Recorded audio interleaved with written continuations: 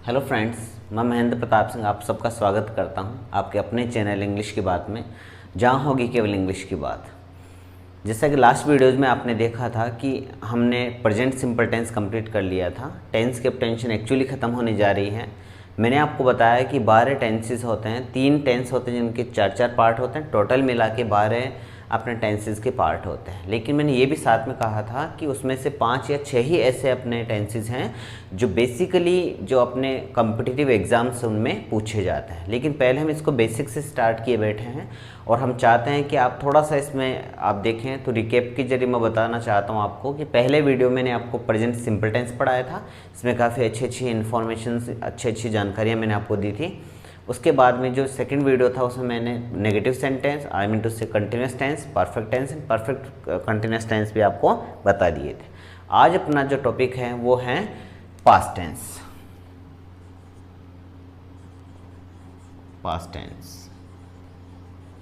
अब आपको ये भी पता है कि इसके भी 4 ही पार्ट होते हैं। तो पहले पार्ट पे आते हैं हम, जिसका नाम है past simple.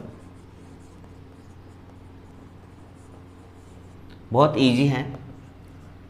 Past simple tense, जब भी कोई काम पास्ट टेंस में हो तो उसको पास्ट सिंपल टेंस में माना जाता है। इसको पास्ट इंडेफिनिट टेंस में माना जाता है। और इंडेफिनिट मीन्स होता है अनिश्चित। काम तो पास्ट टेंस में हो गया, लेकिन कब हुआ, कितने बजे हुआ, कितने जो भी हैं, बाकी अलग अलग पॉइंट पे हैं। अभी ये कन्फर्म है कि पास्ट टेंस में काम हो गया। इसका बेसिकली आप हिंदी में देखते हैं तो ता था, ती थी, ते थे, ता था, ती थी, ते थे, जैसे लास्ट में ई आना, आ आना, ते थे, ई, गई, गया, एटसेट्रा एटसेट्रा, इस प्रकार से इसके लास्ट में देखने को मिलते हैं। लेकिन इसका अगर हम रूल की बातचीत करें तो आपको एक बहुत अच्छी जानकारी मैं देना चाहता हूं कि इसका जो स्ट्रक्चर होता है उसका होता है सब्जेक्ट, जो अफर्मेटिव सेंटेंस है उसका, उसके बाद में आती है सेकंड फॉर्म और उसके बाद में आता है ऑब्जेक्ट। तो मैं आपको ये बता देना चाहता हूँ कि सेकंड फॉर्म, जैसे हमने देखा था कि वर्ब्स की 5 फॉर्म्स होती हैं, first form, second form, past participle, present participle and fifth form, जो वर्ब की फर्स्ट में एस लगाने से first and fifth present continuous tense, present simple tense में आती थी। और सेकंड फॉर्म केवल ही पास्ट सिंपल टेंस के अफर्मेटिव सेंटेंस में ही आती है। आप इस चीज़ को अपने दिमाग में अच्छे से डाल दें कि सेकंड फॉर्म केवल पास्ट सिंपल टेंस के अफर्मेटिव सेंटेंस में ही आती है। उसके बाद में अगर हम बातचीत करें नेगेटिव सेंटेंस की, पहले इसको अच्छे से समझ लेते हैं हम। जैसे कहा, Ram went to Jaipur, my father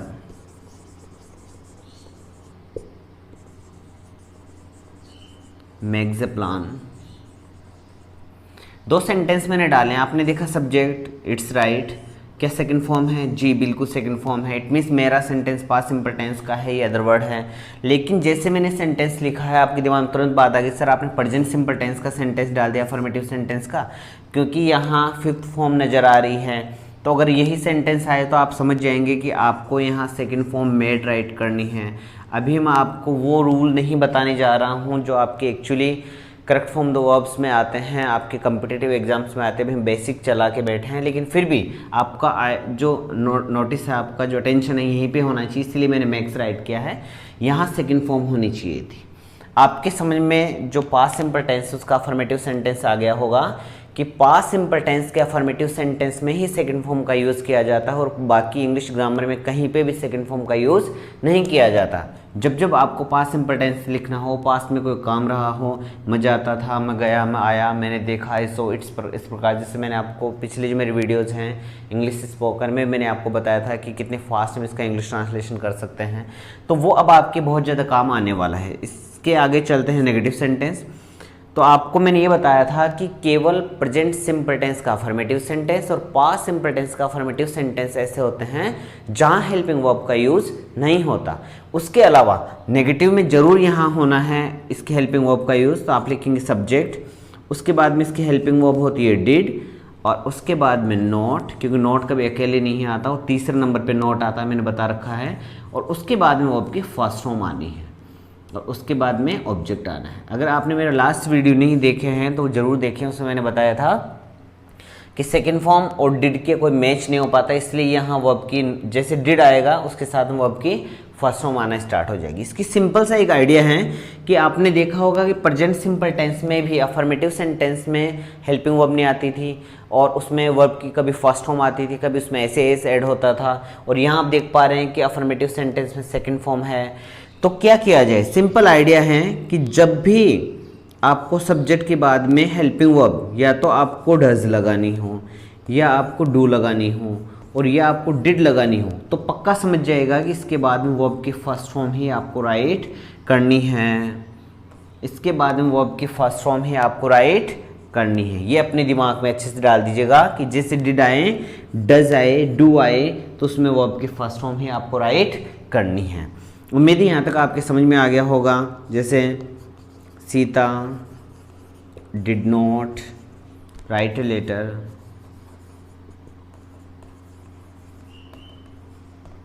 इस प्रकार से आप राइट कर सकते हैं। आपने देखा सब्जेक्ट आया है, डिड आया है, नोट आया और वो आपकी फर्स्ट फॉर्म लिखी है।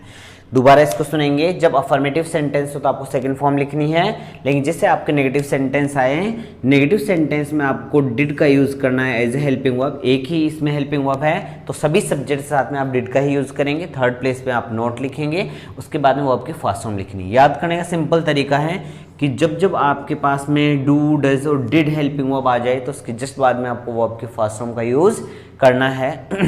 आप बात करें इंटरोगेटिव सेंटेंस की, तो मैंने बताया था किसी भी सब्जेक्ट से पहले अगर हेल्पिंग वर्ब को पहले ले लिया जाए तो वो इंटरोगेटिव सेंटेंस बन जाता है। Did subject verbs first form and object, इस प्रकार से आप इंटरोगेटिव सेंटेंस बनाएंगे। और अगर इसके इंटरोगेटिव नेगेटिव सेंटेंस की बातचीत करें तो वो बहुत ज़्यादा इजी हैं। आपने लिखा did plus subject plus not plus verbs first form and after that object. इस प्रकार से आप इसका इंटरोगेटिव नेगेटिव सेंटेंस भी बना सकते हैं। पास्ट सिंपल टेंस को एक बार मैं दोबारा से रिकेप करवा देना चाहता हूँ, रिवाइज करवा देना चाहता हूँ। पास्ट सिंपल टेंस का अफर्मेटिव सेंटेंस जहाँ वर्ब की सेकंड फॉर्म का यूज़ किया जाता है, मोस्टली एग्जाम्स में पूछा जाता है। उसके बाद में है अगर नेगेटिव सेंटेंस आए तो उसमें फिर वर्ब की सेकंड फॉर्म नहीं, इसमें वर्ब की फर्स्ट फॉर्म आना स्टार्ट हो जाती है, क्योंकि इसमें हेल्पिंग वर्ब आती है डिड, डिड के साथ में नॉट, और जहाँ कहीं does, do, did helping verb आती है उसकी जस्ट बाद में आपको वर्ब के फर्स्ट फॉर्म का यूज़ करना है। नेगेटिव सेंटेंस की इंटरोगेटिव की बात करें तो किसी भी सब्जेक्ट से पहले जब किसी भी टेंस के हेल्पिंग वर्ब को पहले ले आते हैं सेंटेंस इंटरोगेटिव बन जाता है। और अगर इसको इंटरोगेटिव नेगेटिव में बदलना चाहें तो सब्जेक्ट के बाद में आपको नोट लिखना है, ऑटोमेटिकली सेंटेंस इंटरोगेटिव नेगेटिव में चेंज हो जाएगा। उम्मीद है आपको ये पास्ट सिंपल टेंस समझ में आ गया होगा। आप इसका छोटा सा स्क्रीनशॉट ले लें ताकि आगे बढ़े।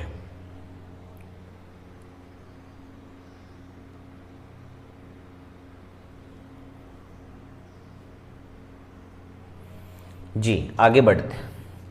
Past continuous tense,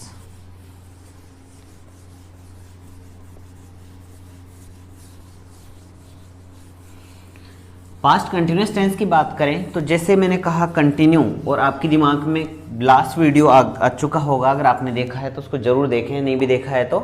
past continuous tense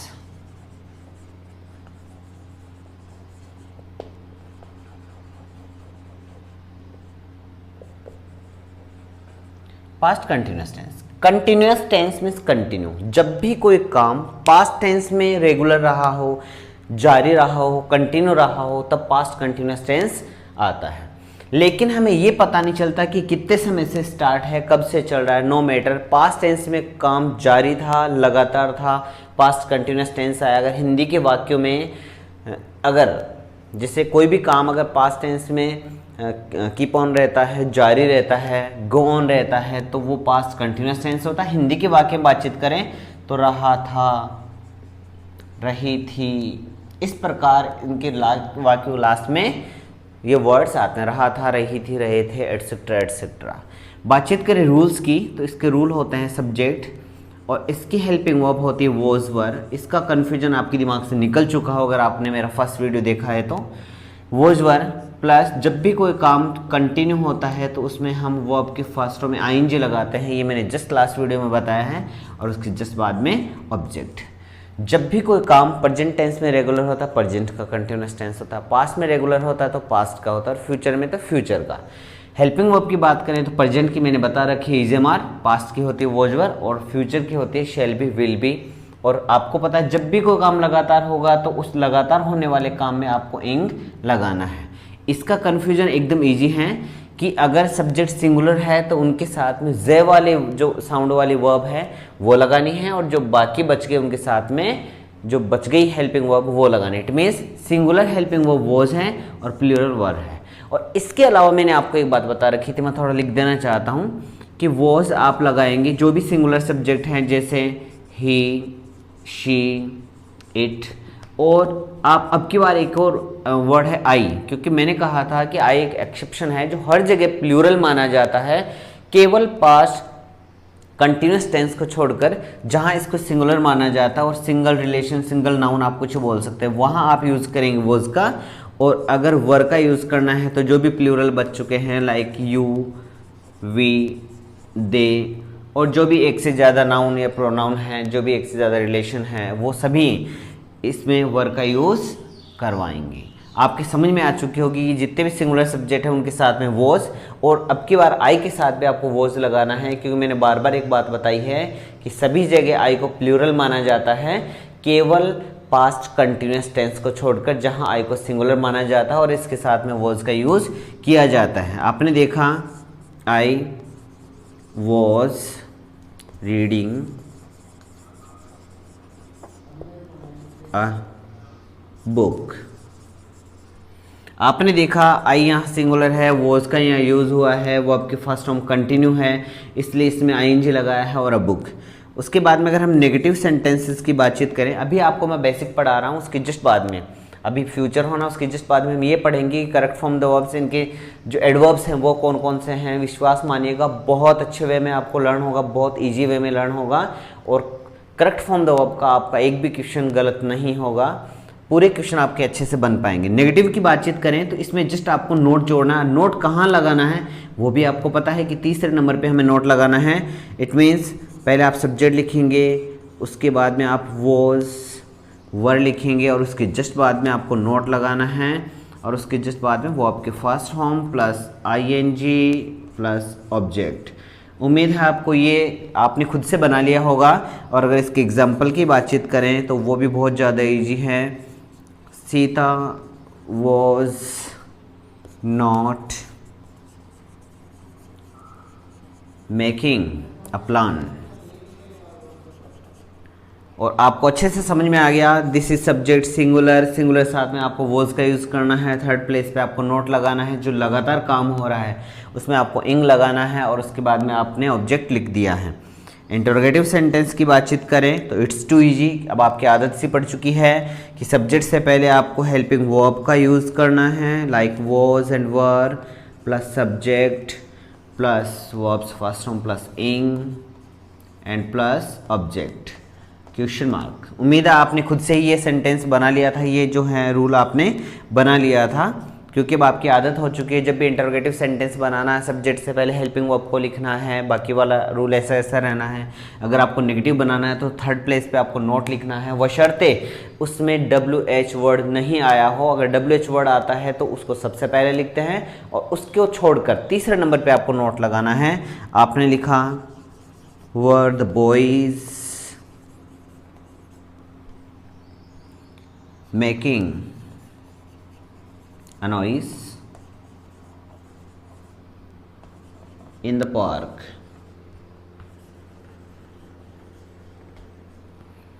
आपने देखा वर का यूज़ हुआ है, क्योंकि यहाँ आपका जो सब्जेक्ट है प्लूरल है, आपने वर का यूज़ किया है, जो वो आपके फर्स्ट फॉर्म है उसमें इंग लगाया है, ऑब्जेक्ट लिखा है, और अदर वर्ड आपने डाले हैं।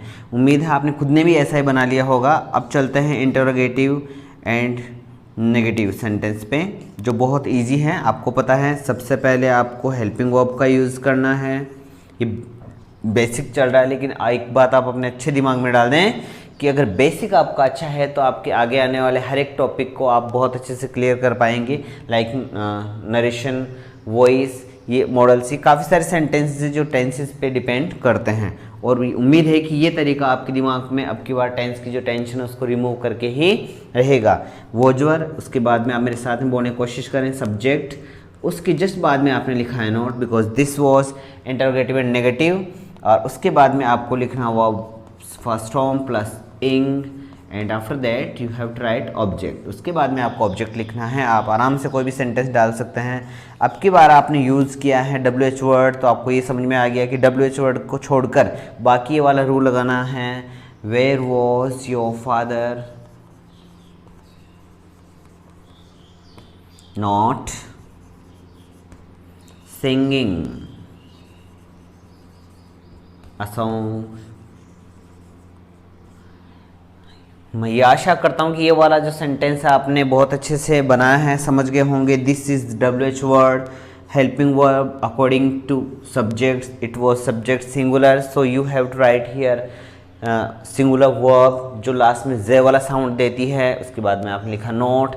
बोलेंगे सर अब की बार तो चौथे नंबर पे आ गया, तो मैंने ये बता रखा है जब जब WH वर्ड आएगा स्टार्टिंग में आपको चौथे नंबर पे इसको खिसकाना पड़ेगा, क्योंकि WH वर्ड को छोड़कर आपको तीसरे नंबर पे नोट लगाना है। वो आपके फर्स्ट फॉर्म प्लस आएंगे आपने लिखा है, और उसके जस्ट बाद में आपने लिखा है ऑब्जेक्ट। उम्मीद है ये चीज़ें आपको अच्छे से समझ में आ गई होंगी। आप दोबारा इसमें इसका रिपीटेशन डाल देता हूँ कंटिन्यूस टेंस का। कंटिन्यूस टेंस मीन्स जो काम पास्ट टेंस में लगातार रहा होगा उस वाक्य को हम पास्ट कंटिन्यूस टेंस में मानते हैं। हिंदी में वाक्य लास्ट में रहा था, रही थी, रहे थे, ऐसे वाले जो है वर्ड्स आपको मिलते हैं। आपने इसका बनाया लगातार, तो आपने लास्ट वीडियो में भी देखा था कि लगातार काम होता है उसमें इंग लगाते हैं, तो आपने वर्ब के फर्स्ट फॉर्म में आईएनजी लगाया। पास्ट कंटिन्यूस टेंस की हेल्पिंग वर्ब आपकी वोजवर होती है। सो आपने वोजवर यूज़ किया, और आपको इनका क्लेरिफिकेशन भी था कि क्लासिफिकेशन भी था कि जो सिंगुलर सब्जेक्ट्स आते हैं उनके साथ में वो वाली वर्ब लगानी जिनके लास्ट में जे साउंड आता है। तो आपने वोज को सेलेक्ट किया सिंगुलर के लिए और वर को सेलेक्ट किया प्लूरल के लिए। बात बची आई के लिए, तो मैंने पहले भी बता रखा, फिर बोलता हूँ कि आई हर जगह प्लूरल माना जाता है, केवल पास्ट कंटिन्यूस टेंस में इसको सिंगुलर माना जाता है, इसीलिए इसके साथ में वोज का यूज़ किया है। उसके बाद में जो सेंटेंसेस है आपने आराम से बनाए कि अगर नेगेटिव बनाना है तो वोजवर के बाद में लिखना है, इंटरोगेटिव बनाना है तो वोजवर को सब्जेक्ट से पहले लेके आना है, और इंटरोगेटिव नेगेटिव बनाना है तो आपको just was were subject and after that you have to write not to make interrogative negative sentences for every tenses. उम्मीद है आपको ये समझ में आ गया होगा। आप एक स्क्रीनशॉट इसके ले लें ताकि आगे वाला टेंस हम पढ़ना चालू करें।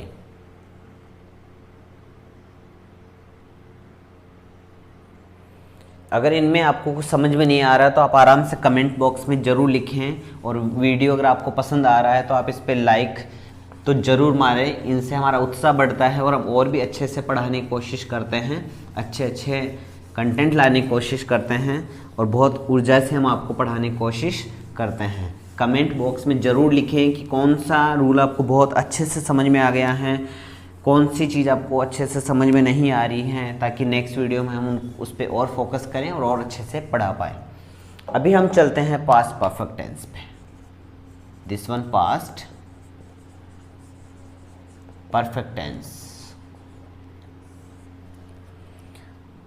बात आती है परफेक्ट की, तो परफेक्ट का नाम लेते आपके दिमाग में थर्ड फॉर्म आती थी, ये मैंने पहले आपको बता दिया है। बात आई पास्ट की, तो प्रेजेंट टेंस की बातचीत करें तो उसमें हैज आपकी हेल्पिंग वर्ब थी। पास्ट के लिए आपके पास में हेड आ चुकी है। सर बात यह है कि हम हिंदी में कैसे पहचानेंगे, तो चुका वर्ड तो आपके दिमाग में आ ही चुका था, क्योंकि जब काम फिनिश हो चुका होगा तभी परफेक्ट टेंस आएगा। और पास्ट की बात करें तो था, चुका था, चुकी थी, चुके थे, एटसेट्रा एटसेट्रा, ये वर्ड आपके आने हैं। अगर टेंस की बातचीत करें तो थर्ड फॉर्म जरूर आनी है। अफर्मेटिव सेंटेंस की बातचीत करें तो इसमें सबसे पहले आप सब्जेक्ट लिखेंगे। पास्ट परफेक्ट टेंस की हेल्पिंग वर्ब एक ही होती है, इसका कोई ऑब्लिक नहीं है, कोई ऑप्शन नहीं है। उसके बाद में आपको पता है कि without third form we can't imagine perfect tense. Perfect है तो थर्ड फॉर्म है, और उसके जस्ट बाद में आपको लिखना है ऑब्जेक्ट। बहुत छोटा सा रूल है, समझ में आ गया होगा कि पास्ट परफेक्ट का नाम लेते ही थर्ड फॉर्म आनी है, पास्ट का नाम लेते ही हेड आना है। Subject, had, third form, object आपके समझ में आ चुका होगा। क्या क्या इसके एडवर्ब्स हैं वो जस्ट 2 या 3 वीडियोस के बाद में एक साथ अच्छे से लर्न होगा आपको।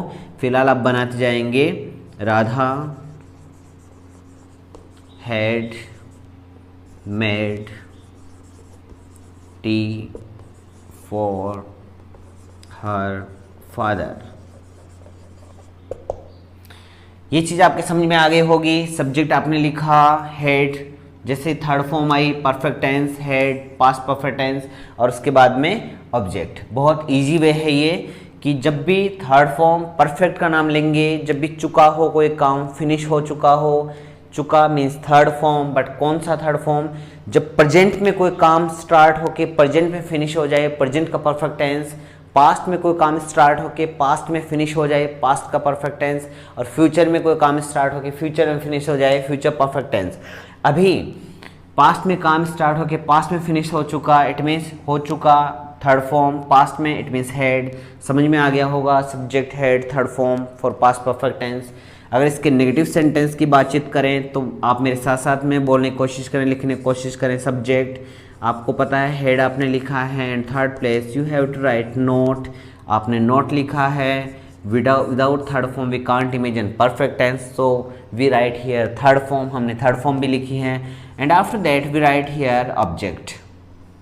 रूल बना है subject had not third form object. Simple सा आइडिया है, परफेक्ट है थर्ड फॉर्म है तो परफेक्ट है, पास्ट है तो हेड है, और जो नोट है उसको वर्ब की थर्ड फॉर्म के बाद में आपको लिखना है। लिखा she had not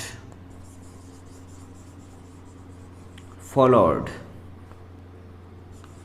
my rules.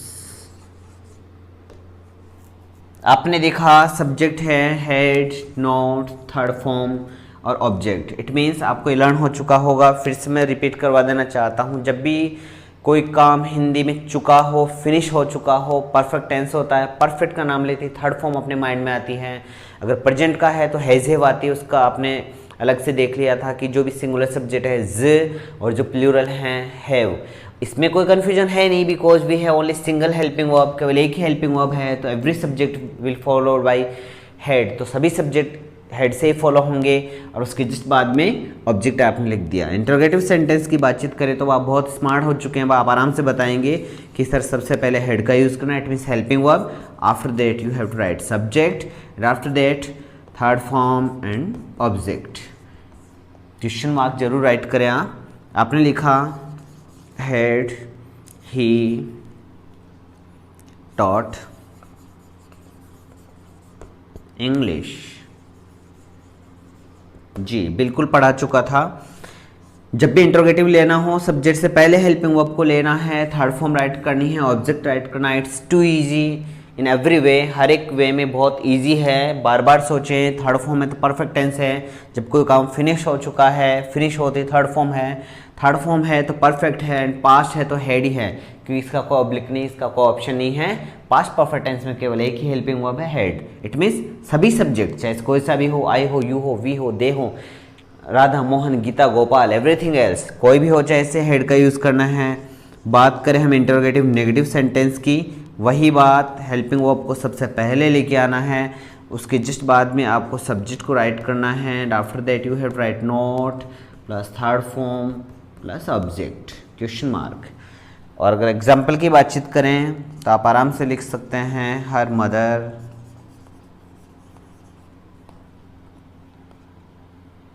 Sorry. आपने देखा कि इंट्रोगेटिव नेगेटिव है, सर आपने पहले हेड राइट नहीं किया, लिखते आपके माइंड में बात आ चुकी थी। Head her mother not washed her clothes. आपने बार बार ये क्वेश्चन किया कि सर हेड हर बार क्या थर्ड प्लेस पे आएगा? नहीं, आप सबसे पहले भी ला सकते हैं, लेकिन आपको हेडेंट करना पड़ेगा। फिर इसको hadn't her mother washed her clothes. आप आराम से समझ चुके होंगे कि हेड, उसके बाद में आपको सब्जेक्ट लिखना है, नोट थर्ड प्लेस पे लिखना। अगर आप इसको पहले लिखना चाहते हैं तो आप इसको एकदम कंबाइन करके लिख सकते हैं, हेड के साथ में नोट को जोड़ के लिख सकते हैं, हेडेंट लिख सकते हैं। आप आराम से सब्जेक्ट से पहले भी नोट को राइट कर सकते हैं। उम्मीद है आपके परफेक्ट टेंस समझ में आ गया होगा। मैं दोबारा से समझाने की कोशिश करता हूँ। जब भी कोई काम फिनिश हो चुका हो, प्रेजेंट में स्टार्ट हो गया, प्रेजेंट में फिनिश हो गया, इट मीन्स प्रेजेंट का परफेक्ट टेंस। पास्ट में स्टार्ट हो गया, पास्ट में फिनिश हो गया, पास्ट का परफेक्ट टेंस। अभी पास्ट का था, चुका, फिनिश हो गया। जब भी काम फिनिश हो गया, finish means third form. Perfect बिना थर्ड फॉर्म के हो नहीं सकता पास्ट का, इसलिए इसकी हेल्पिंग वर्ब है हेड, हेड प्लस वर्ब की third form past perfect tense. Subject आपको लिखना है, ऑब्जेक्ट आपको लिखना है, नेगेटिव आपको पता है थर्ड प्लेस पे नॉट, इंटरोगेटिव में सब्जेक्ट से पहले हेल्पिंग वर्ब, और इंटरोगेटिव नेगेटिव का आपको बहुत अच्छे से पता है कि सब्जेक्ट से पहले हेल्पिंग वर्ब को लेना है and after that you have to write not, और सब्जेक्ट के बाद में नॉट लिखना है। इसका मतलब तीसरे नंबर पे याद रखिएगा, अगर WH वर्ड सबसे पहले आया है तो फिर आपको WH वर्ड को छोड़कर तीसरे नंबर पे आपको नोट राइट करना है। उम्मीद है आपको ये परफेक्ट टेंस बहुत अच्छे से समझ में आ गया होगा। अगर वीडियो अच्छा लग रहा तो आप इसको लाइक करना बिल्कुल नहीं भूलें और शेयर करना बिल्कुल नहीं भूलें, ताकि आपके रिलेटिव भी बहुत अच्छे से इसको सीख पाएँ। आप इसका एक स्क्रीनशॉट ले सकते हैं ताकि हम आगे बढ़ें।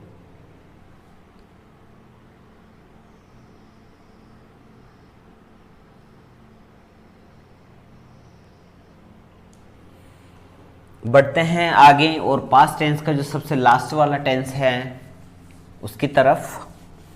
बहुत इजी है वो भी, और वो भी जैसे बाकी वाले आपके पास के जो पार्ट्स हैं आपको समझ में आए हैं कि पास्ट सिंपल टेंस का अफर्मेटिव सेंटेंस ऐसा एक रूल होता है एकमात्र इंग्लिश ग्रामर में जिसमें सेकंड फॉर्म का यूज़ किया जाता है और कहीं पे भी सेकंड फॉर्म का यूज़ नहीं किया जाता। उसी प्रकार से उसको आपने ये भी देखा कि जैसे वाक्य नेगेटिव आते हैं सेकंड फॉर्म वहाँ से गायब हो जाती है और वहाँ हमें वर्ब के फर्स्ट फॉर्म का यूज़ करना होता है। आपने देखा कंटिन्यूस टेंस में वॉज वर का यूज़ हो गया था और सिंगुलर के साथ में वॉज एंड प्लूरल के साथ में वर का। आई केवल पास्ट कंटिन्यूस टेंस में सिंगुलर माना जाता था। अब आते हैं पास्ट परफेक्ट कंटिन्यूस टेंस पे।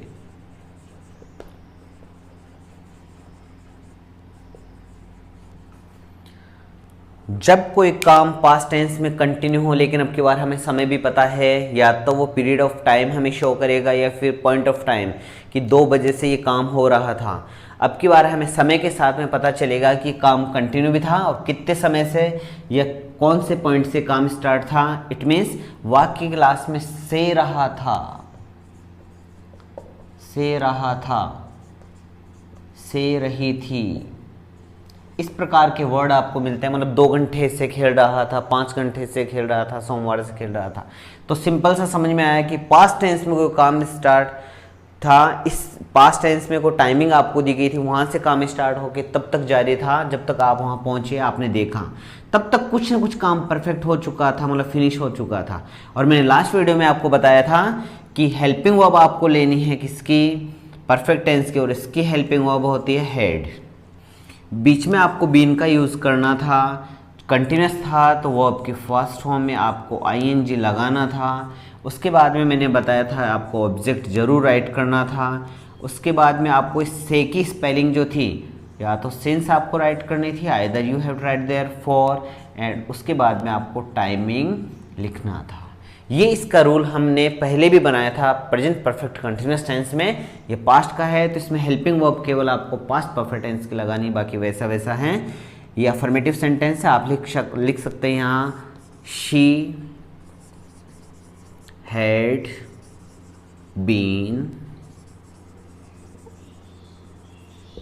Singing a song for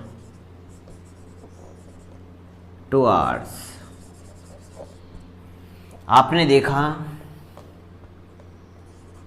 2 hours, कुछ काम जारी था, कुछ काम इसने कर लिया था। She had been singing a song, वो एक गाना गा रही थी फॉर 2 hours, 2 घंटे से। इसका मतलब है उसने उस गाने का लगभग 50%, 40%, 30% तो फिनिश कर लिया था, फिनिश पूरा कर लिया था। तो परफेक्ट टेंस और फिर भी कुछ जारी था, इसलिए कंटिन्यूस टेंस। उम्मीद है आपको समझ में आ गया होगा कि जब कोई काम पास्ट टेंस में कंटिन्यू हो और उसके अलावा उसमें हमें ये भी पता चले कि कितने समय से काम जारी है, तो परफेक्ट कंटिन्यूस टेंस का हम यूज़ करते हैं। उसके हेल्पिंग वर्ब अगर आपकी बातचीत की जाए तो परफेक्ट टेंस की आपको हेल्पिंग वर्ब लेनी है और कंटिन्यूस टेंस के लिए आपको फर्स्ट फॉर्म प्लस इंग लेना है, बीच में आपको बीन का यूज़ करना है। अगर हम नेगेटिव सेंटेंस की बातचीत करें वही रूल स्टार्ट होगा, subject had plus not plus been, फिर से आगे वही आप मेरे साथ साथ में बोलते जाएं, वो आपके first form plus ing plus object plus since for plus time. अगर हम इसकी बातचीत करें इंटरोगेटिव सेंटेंस की तो वही बात, सब्जेक्ट क्या सही लिख रहा हूँ? नहीं सर, इंटरोगेटिव है, पहले आपको हेल्पिंग वर्ब लेनी पड़ेगी, had plus subject plus been plus verbs first form plus ing, after that object, after that you have to write since and for and plus time। ये बातचीत आपके समझ में आ गई होगी। और अगर इंटरोगेटिव नेगेटिव की बातचीत करें तो ये भी बहुत ज़्यादा इजी है कि सर सबसे पहले आपको इंटरोगेटिव है तो हेड पहले लिखना पड़ेगा, उसके बाद में आप साथ साथ बोलते जाएं subject plus not, because not हमेशा थर्ड प्लेस पे आना है। उसके बाद में you have to write been verbs first form plus ing, object plus since, for plus time.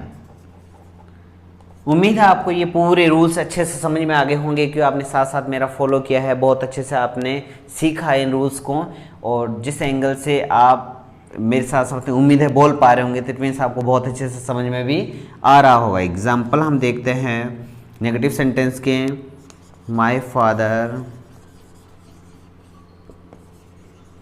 Had not been, sir been भी जरूर लिखें, मेकिंग टी सिंस मंडे।